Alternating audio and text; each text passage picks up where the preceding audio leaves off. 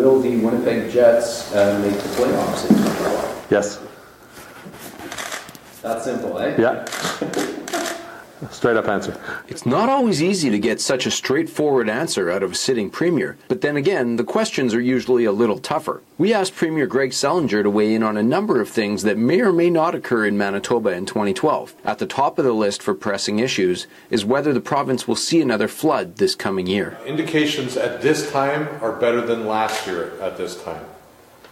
But we're not over yet. We'll get a better forecast in January.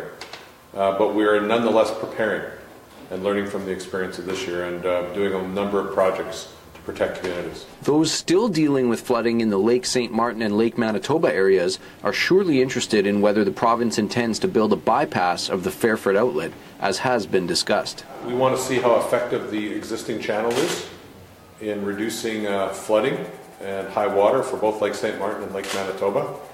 And the Fairford bypass is still on the table for consideration as long as nobody is negatively impacted by it. Another area we asked the Premier to weigh in on was whether the Dakota Chundy smoke shop in western Manitoba will be shut down for openly flouting tax laws with respect to selling cheap cigarettes. Currently, there are $17 million of taxes levied by First Nations in Manitoba on tobacco, which is rebated to First Nations to their benefit.